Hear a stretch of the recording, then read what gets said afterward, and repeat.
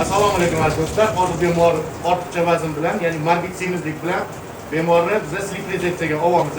Ya'ni oshqozonni 75-80% gacha olib tashladi. Bu kanal hozir qilinadi. Operatsiyadan oldin любой xirurg albatta qo'lini обработка qilish kerak.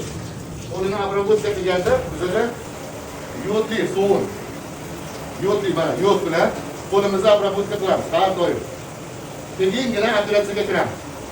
Buni tirsakgacha bemalol yuvish kerak bo'ladi.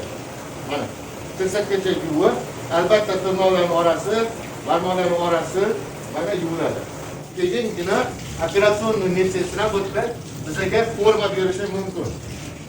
Albatta.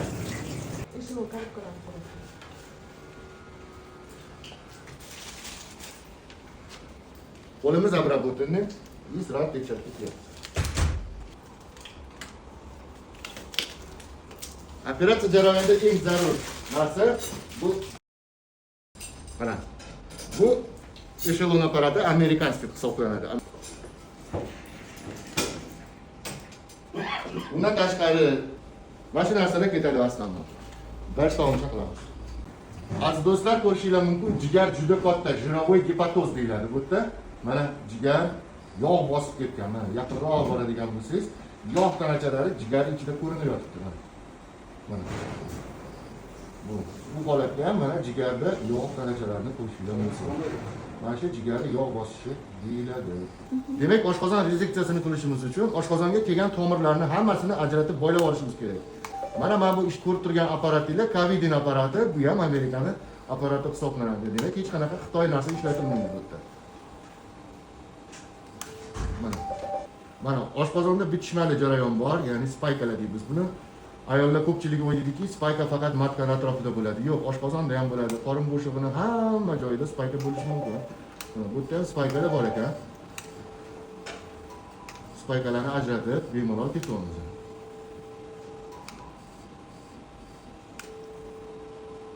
Bundan bittasi bu oshqozonni imенно taloqdan ajratib olish hisoblanadi.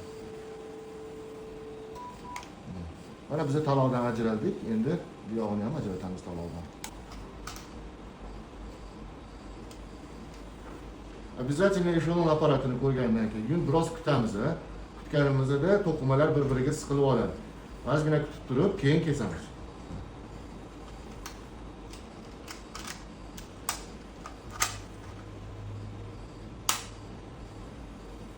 Kerak bo'lsa salfetka tiqib quritish mumkin. Faqat bu salfetkani esdan chiqarib qolish kerak emas. Buning uchun operatsion meditsina qoringa nechta salfetka kirganini hammasini sanab turish kerak. Zohida qanaqa bilasan qoringa nechta salfetka kirganini? Laparoskopik operatsiyaga asosan mana shunaqa kichkina yasaladi. 2 yoki 4 yasayman. Ha, demak nechta yasaganini sanab qabul qilaman. 2 yasasang, 2 bersam, 2 olishing kerak. Albatta. Har bittasini sanab qolasan. Hop, hammasi chiroyli. Suyuqlik yo'q, mana quruq ko'chaylar bo'ladi. Mana oshqozon trubka shaklida chiroyli chiqdi. Mana olingan oshqozonimiz mana bu yerda turibdi mana. Buni hozir biz kichkina mana shu teshikni olib tashlaymiz. Ichidagi suyuqlikni tortib olib, endi ana jigardagi yog' bosgan joylari biz hammasi sekin-sekin bilan ketadi. Aziz do'stlar, operatsiyamiz tugadi. Operatsiyamiz slip rezeksiya deb aytiladi. Operatsiyada davomida 75% oshqozonni biz olib tashladik.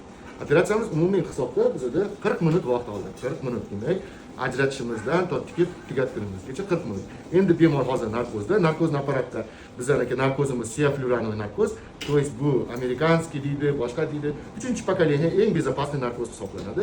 Narkozni o'chirishi bilan bemor 15 minutda o'ziga keladi.